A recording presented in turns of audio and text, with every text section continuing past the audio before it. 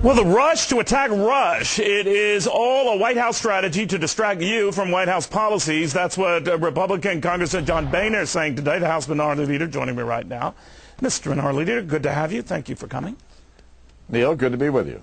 The train has left the station, as they say, and I'm wondering whether, if this is a distraction, whether it's working, because latest polls seem to show high support for the president, high support for what he's doing. What do you make of that?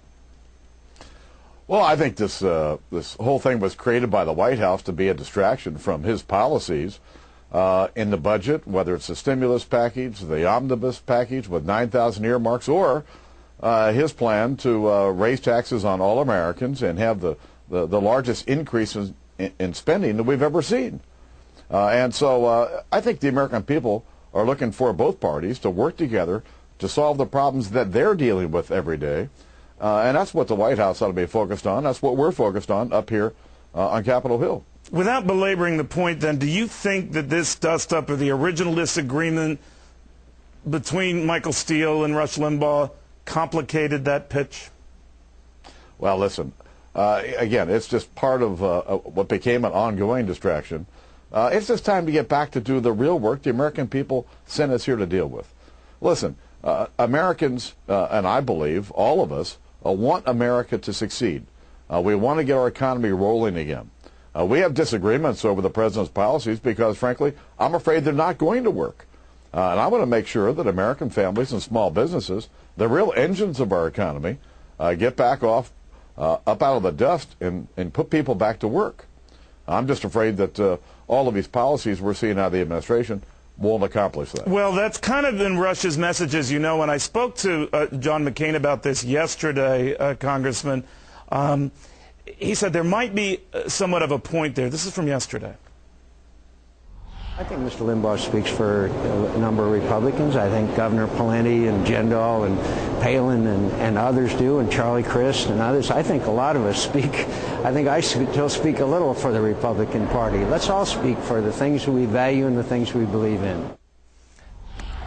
I guess the argument now, though, Congressman, is that Republicans are not clear where they stand. I mean, there's more arguing and sniping these days among each other than there is at the other guy, or such is the perception. What do you say? Neil, listen. The White House started this the day after the president was sworn in. They started this little skirmish to draw attention away from what was going on here in Washington. And I'm not going to get into some debate with the White House about why they did it. The American people want us to get the economy moving. That's what I'm focused in on every day, and that's what Republicans on Capitol Hill ought to be working with our Democrat colleagues to have policies that are sensible, that will put Americans back to work and get our economy moving and keep the stock market going up like it was today. All right. Now, what's odd about the stock market's run-up today, Congressman, is it had a lot to do with stimulus, not here but in China, response to the fact that China might be getting it, but that we do not, because a lot of China's stimulus is built on tax cuts and that sort of thing. What do you make of just that? Well, as you're well aware, when the president passed his $800 billion stimulus plan, that, in my view, will do nothing but grow the size of government, Republicans had a plan that said, hey, let's let American families and small businesses keep more of what they earn. Our plan would cost half as much as the administration's plan and create twice as many jobs. At the end of the day, it's the American small business person, it's the American family that are going to get this economy going again, not growing the size of government. But you're also very big in making sure tax cuts are a key theme going forward. It doesn't appear that they will be. There's already a move not only to raise tax on the upper income, but if a number of big states have their way, New York, New Jersey, Connecticut, California, among those considering a tax hike on top of that for the wealthy in their state, which could bring the top rate over 50%. You have argued it's just a matter of time before others feel the same pinch, but it doesn't seem to be registering, Congressman, in these poll numbers. And you're right, they're murky and unreliable, but they're consistent enough to say that Americans at this point don't seem to care about that. What do you make of that? Well, listen, you know it won't work. I know it won't work. And part of my job is to help the American people understand that if you took all of the wealth that the top 5% in America have, It will not fix this problem, and it will hardly put a dent in the budget deficit that's being proposed. It's wrong. The last person to do this, to raise taxes like this in the middle of a recession, was Herbert Hoover, and we know what happened there. Now, the idea that spending could be stimulative, something's got to stick here, right? I know you're against this, but the argument is something sticks. And if it does, and if the economy does pick up, they'll take full credit for that, that is Democrats, and argue that you and your colleagues were mere obstructionists. What say you? Well, hey, listen, Neil, if you throw enough paper, enough money against the wall, some of it is bound to stick. What I think our job is to be responsible with the American people's money, because at the end of the day, we have to remember, it's the American people's money, not government's money. It doesn't belong to the president, doesn't belong to Congress. This belongs to real people around America. And when they see how some of their money is going to be spent in this stimulus package, let me tell you what, they're not going to like it.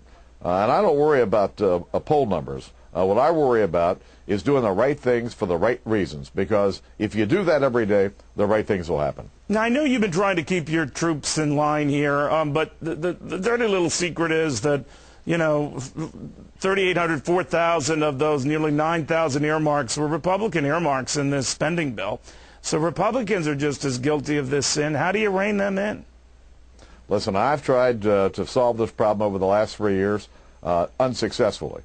This is why I've asked the president to veto this bill.